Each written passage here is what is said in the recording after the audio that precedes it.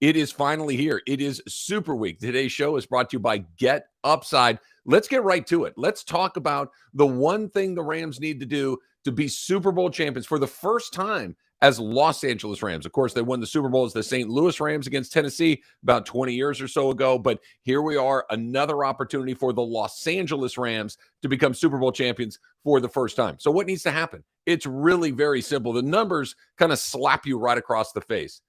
Don't throw picks. It is football 101, right? It is easy. Win the turnover battle. Make sure that you take it away more times than you give it away, right? We all understand that. For the Rams, it goes to an entirely different level. The Rams, when they have not thrown an interception this season, okay, postseason, regular season combined, they're 8-0. They don't lose if Matthew Stafford doesn't throw interceptions. So, I mean, it's not super complicated, right? Protect him, make sure that he's able to make good decisions, put him in a position where he doesn't have to maybe force the ball into tight windows, and all of a sudden it happens. So what are they when he throws one interception? They're 7-5.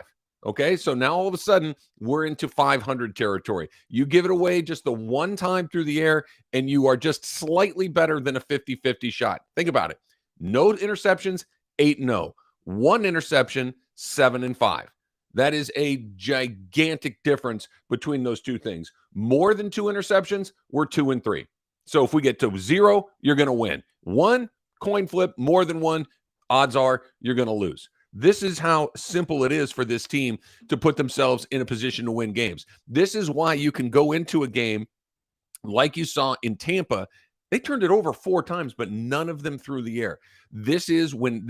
Look, this is right back to where we were almost a year ago from where we sit right now. You go back to this time in 2021, everybody's on vacation in Cabo, and Sean McVay's down there, and Andrew Whitworth's down there, and oh, looky here, here's Matthew Stafford enjoying a nice Cabo vacation. Nice place to go, right? And hey, why don't you grab a margarita? Why don't you sit down with me? Why don't we just chit-chat a little bit about what you're up to and how you been and how do you like Detroit and how are things going there and how those 12 years of no playoff wins really tasted. And I don't know if you've noticed anything about us, but we're a pretty good darn team, but we seem to struggle with times when maybe we fall behind or maybe we need to maybe make the offense slightly more dynamic, a little more multiple in the things that we do. You have any interest in something like that? Boom, trade gets done. Matthew Stafford comes here. All of a sudden, this team is in the Super Bowl again. And this time, as opposed to, hey, I hope that Jared Goff doesn't throw it to the wrong team. I hope we don't get to a point where we have to be behind and chase points because he might not be up for that. You're in a situation where you have a guy that can come from behind like he did against San Francisco, a guy that can drive you down the field with less than a minute to go to set up a game-winning field goal like he did against Tampa Bay, or a guy that can just be in complete control of the game from the opening kickoff like they did against Arizona. They only threw the ball 17 times against Arizona. They were never in trouble, dominated that game the whole way. This is an opportunity to do what they do, and here's the deal. When you talk about what else they're able to do, make sure you do not get Matthew Stafford sacked. Here are some numbers for you. When the Rams allow 1 or 0 sacks, 11-0. 11-0. No interceptions, 8-0. 1 or 0 sacks, 11-0. If they give up more than 1 sack, 5-4. This is easy, right? It's not easy to do, but it's easy to understand where the parts come together. It's easy to understand that if you protect him, if you give him just a normal amount of time, you don't have to protect him like he's 150 years old and you can't touch him.